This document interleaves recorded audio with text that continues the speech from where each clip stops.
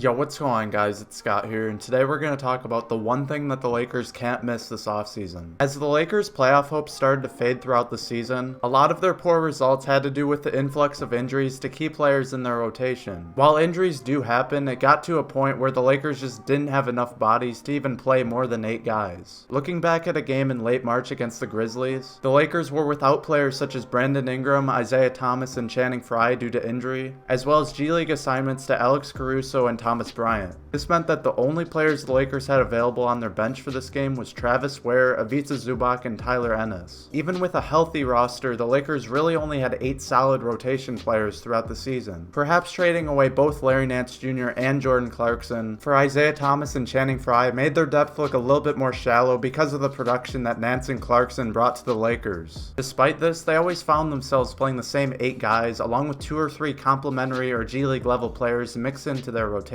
Prior to the trade, we saw a lot of Tyler Ennis, Corey Brewer, and Alex Caruso. Then after the trade and after Corey Brewer left to go to the Thunder, we saw more Ivica Zubac and Travis Ware getting time. These guys all fit the system and could play off of Ingram, Lonzo, Randall, and Kuzma. Sometimes they'd have their moments in games by hitting their shots and providing exactly what was needed off the bench, but that shouldn't be relied upon every night, and that's why the Lakers need to shore up their rotation. Right now, the Lakers have 4 players that we can all expect to be part of that rotation in the future. They have Lonzo Ball at point guard, Josh Hart as a wing, Brandon Ingram as a winger point guard, and Kyle Kuzma as a winger stretch 4. With this core group, the Lakers clearly need to fill in the gaps around them, but they also need quality backups. First, looking towards the draft, the Lakers have the 25th and 47th picks. With these picks, they can't expect to find good rotation pieces even if they were able to do it last season. They should draft players that could earn their way into the rotation like Kuzma and Hart did, but still try to fill their backup positions through free agency. With recent reports that Paul George and LeBron James will have a conversation about joining the Lakers, they shouldn't forget about filling in the required gaps in their rotation. Adding those 2 guys would leave the Lakers with no remaining cap space, which means they'd only have a $4.4 million room exception available. This is not enough to re-sign any of their previous rotation players, or really any rotation player for that matter, unless they stretch Luol Deng's salary to free up $11 million in space. If the Lakers don't land those 2 guys, the Lakers should do the opposite of what has been said, and that is to spend as much of their $65 million in cap space as possible. Not for long-term deals, but for 1-year deals, which can be spread out accordingly while enabling the Lakers to spend big in 2019. Hypothetically speaking, let's say the Lakers want to bring back their previous rotation players of Isaiah Thomas, KCP, Julius Randle, and Brook Lopez. Isaiah Thomas, KCP, and Brook Lopez may all consider 1-year deals if the offer is nice, which the Lakers can certainly provide.